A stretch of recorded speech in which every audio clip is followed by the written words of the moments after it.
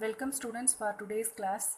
Today's topic is email protocols and some of the chatting protocols also we will discuss today.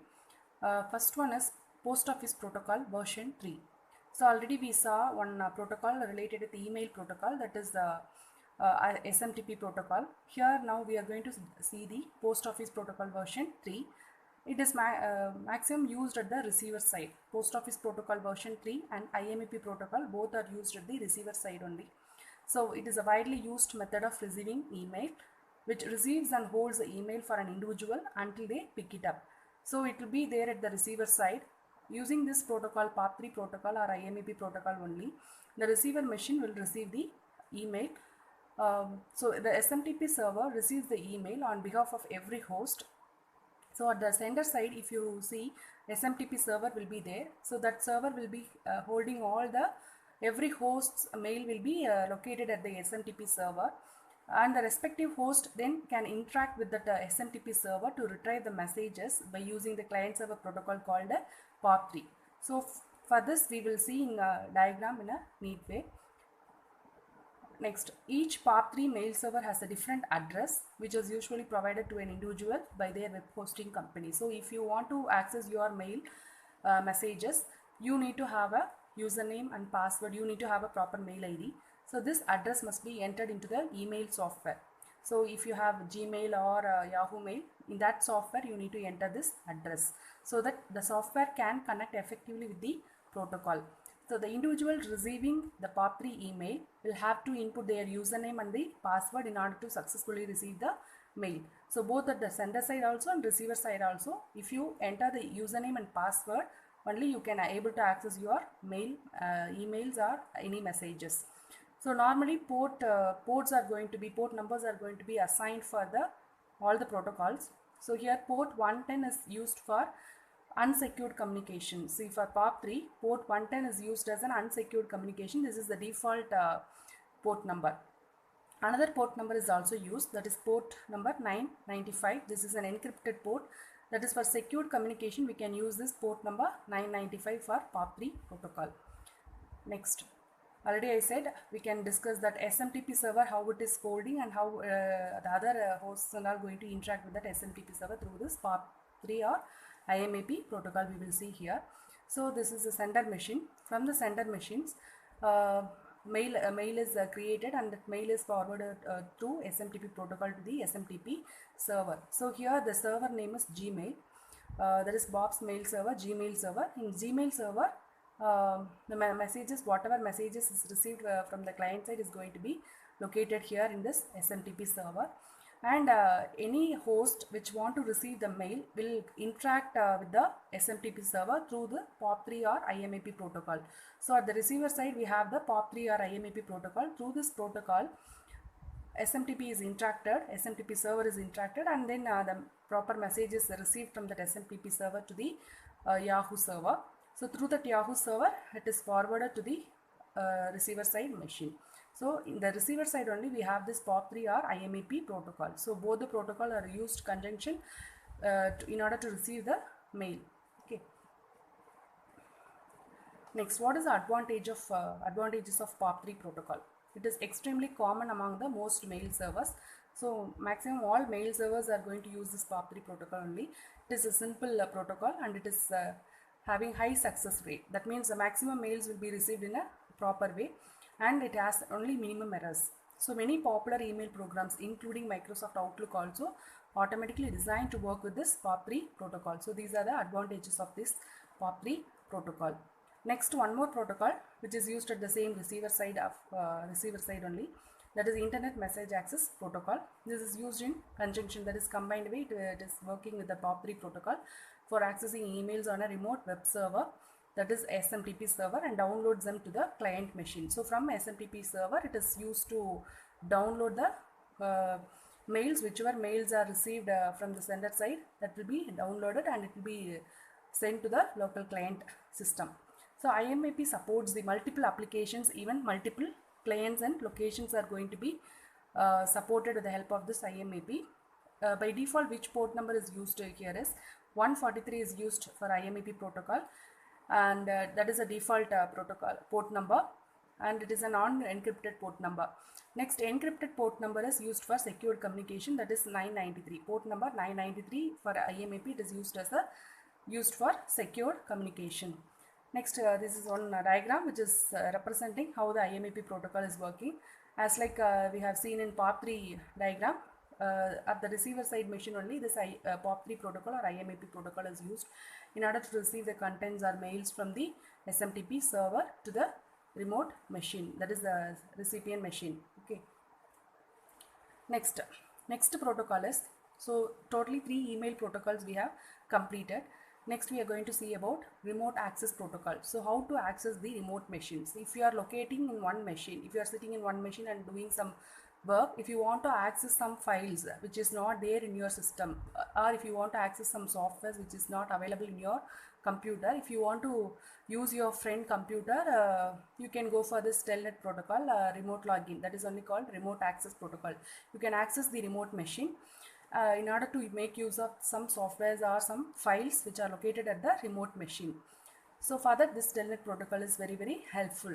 So telnet is main internet protocol for creating connection with the remote machine. It allows you to connect to remote computers called remote hosts over TCP/IP networks such as the internet. So without internet, this remote access protocol will not be useful.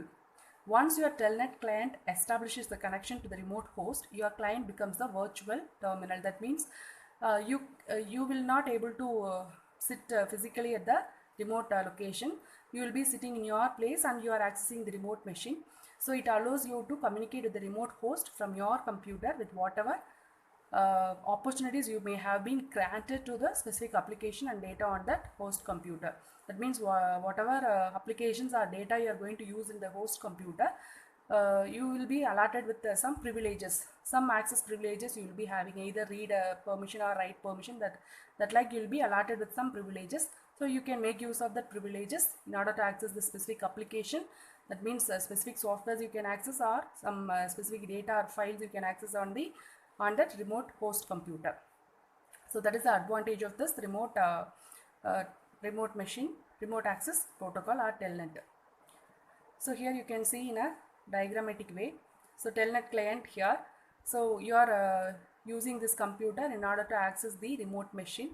So how the remote machine is going to access via your computer means, so you need to establish a connection with the help of the IP address of that remote machine. For that, telnet server is helpful for you. So through the internet, your client is connected with the telnet server. So in that way, the remote machine is going to be viewed in your computer screen, and you can make use of your keyboard and mouse and monitor for accessing that remote machine, or in order to work in the remote machine. So popularly used two softwares are ArrowAdmin and TeamViewer software. You can use it for making use of that remote machine, accessing that remote machines. Next. So what are the advantages of telnet? So telnet is most likely to be used by the program developers. Normally software developers, they will use this maximum, they will use this telnet protocol, and anyone who has need to use a specific applications or data located at a particular host computer, they will make use of this telnet protocol. And it gives the user the opportunity to be on one computer system and do work on the another system. So that means you are sitting in your system, you are using in your system, and you are doing work in the another system, so which may be anywhere across the globe. So overall worldwide, once your computer is connected with the internet, you can make use of this opportunity in order to access the remote machine from your computer. And telnet provides an error-free connection, which is always faster than the latest conventional modems. So it is providing error-free connection in order to connect to the remote machine. So next protocol what we are going to see is chat protocol. So for chatting, we will use one protocol called IRC, and VoIP is another protocol for voice related chats. Okay, so chat protocol, the name is IRC, Internet Relay Chat. So what is meant by chat? A real-time informal communication over the internet is called chatting. So through the help of internet, if you are communicating in an informal way, that is only called chatting. Okay. So chat program normally we will use for doing a chatting. So the chat program will use the protocol called the IRC protocol. So example for chat softwares or chat programs are AOL, Instant Messenger, Campfire, Internet Messenger, MSN Messenger and Yahoo Messenger and Skype, all those WhatsApp, all those things are called chat programs or chat protocol, chat softwares, okay, are some commonly used chat programs. In order to chat, the user should have an account on a chatting program. So in the chat software, you need to have an account in order to make use of the chat software. A phone call is a voice-based chat, while online chat is a textual conversation. So you can make a chat either voice-based or a textual text-based. Okay. So normally, phone call based chat is for that we will use this voice over IP protocol. For text-based conversation, we will use the protocol name IRC Internet Relay Chat protocol we will use. So here are some examples of chat programs, instant messaging softwares and all located here. First one, Facebook Messenger, WhatsApp, Skype, AAM, ICQ, Telegram, WeChat, Line. These are some of the instant messaging softwares. So nowadays popularly used softwares are first two only. First three softwares, maximum all the peoples are making use of this. And WhatsApp uses the extensible messaging presence protocol, that is XMPP protocol is used by the WhatsApp to exchange the data between the users. The protocol is decentralized, that means it is a distributed one and it is a secure one, and flexibility is also there in the protocol XMPP. Okay, this is used in the WhatsApp messaging software. So next is Internet Relay Chat. This is one of the chat protocol used for chatting. It provides a chatting between a group or between two individuals. It is based on the client server model. So here IRC client sends and receives messages to and from the IRC server. So IRC server only transport the message from one client to the another client. The IRC server is linked to many other servers to form IRC network. It identifies every user through a unique nickname. IRC server is only going to identify every user through unique nickname. Each user is assigned a unique channel in case of multiple discussions are taking place.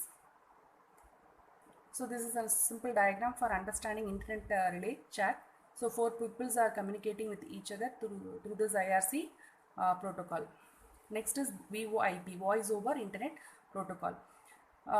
It enables the transfer of voice using a packet switched network. So there are two ways we can transfer the messages from the sender to the receiver side.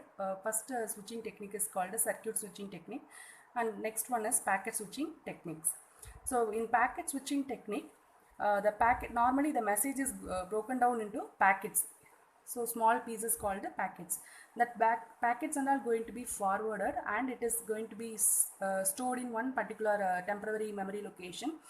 And whenever a connection is established to the server side or recipient side machine, immediately that stored messages will be forwarded. So like that, it will be kept in some locations for a temporary period, and then it will be forwarded to the remote machine or recipient machines. That way the packet switching network will work.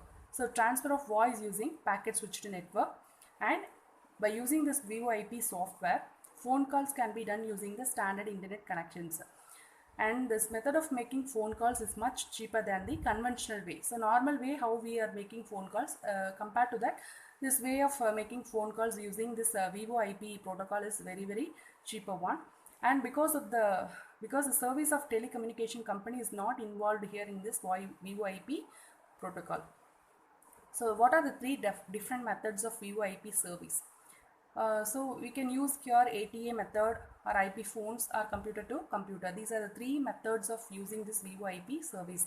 That means VoIP protocols are involved between computer to your phone to computer, and IP phone to another IP phone or another computer, and computer to computer. So in three ways we can use this VoIP service, that we will see in a diagrammatical way. What is meant by ATA? ATA stands for analog to digital converted. It is used to connect the telephone device to the computer. So normally ATA is used to connect telephone device. So sender side you will have a telephone and receiver side you will have a computer. Okay. So telephone normally it will take which kind of signals? Analog signals. And computer will receive only the digital signals, will understand only the digital signals. So that means analog to digital conversion is required here, because the sender side, the contents are sent as an analog signal, and receiver side the signals are going to be received as a digital signals. So it takes the analog signals from the phone and then converts them to digital signals. So in that ATA case, this VoIP protocol is used in order to transmit the phone messages, phone calls to digital signals. Okay, here you can see at the left side you can use the three different devices. That is, first one personal computer, second one VoIP phone, and third one normal IP phone or VoIP adapter. So this is connected, these three devices are connected through DSL or cable modem to the internet, and to the internet to another personal computer or telephone. That means from personal computer to telephone, or PC to PC, or VoIP to telephone, or VoIP to personal computer. Through three different methods we can use this VoIP protocol in order to do the conversation. That is, communication can be taken place in a voice based or a text based through this VoIP. Okay, some of the free internet VoIP calls we can make using this PopText website, and citrustel.com website we can go for using this, making the phone calls. Okay, so ATA we have discussed. Next is IP phones. IP phones appear much like an ordinary telephone or cordless phone. They are directly connected to the router or the LAN. They have all the hardware and software necessary right on the board to handle the IP call. So whatever softwares and hardware required for making the call or through the internet, everything will be available in the same phone or IP phone itself. So IP phones are sometimes called VoIP telephones, or SIP phones, or soft phones. We can call the VoIP telephones in two different ways, that is SIP phones or soft phones. Next, computer to computer. So from one computer to another computer, if you want to make conversation using this VoIP protocol, it is the most and easy and simplest way to use the VoIP protocol. The basic hardware requirements needed here is, okay, first one, computer we need, and internet we need to have, and in the computer we need to attach the speaker and microphone in order to send and receive the messages. Voice messages we can receive. The only cost involved with computer to computer VoIP is the monthly ISP fee. That is, internet service provider. For internet alone you need to pay the fee for using computer to computer communication method. So thank you students. With this your today's class is over. So next class we will see some of the wireless communication protocols like GPRS, GSM and WLL, and some more technologies related with the Wi-Fi and WiveMax. All these topics we will discuss in the future class. Thank you.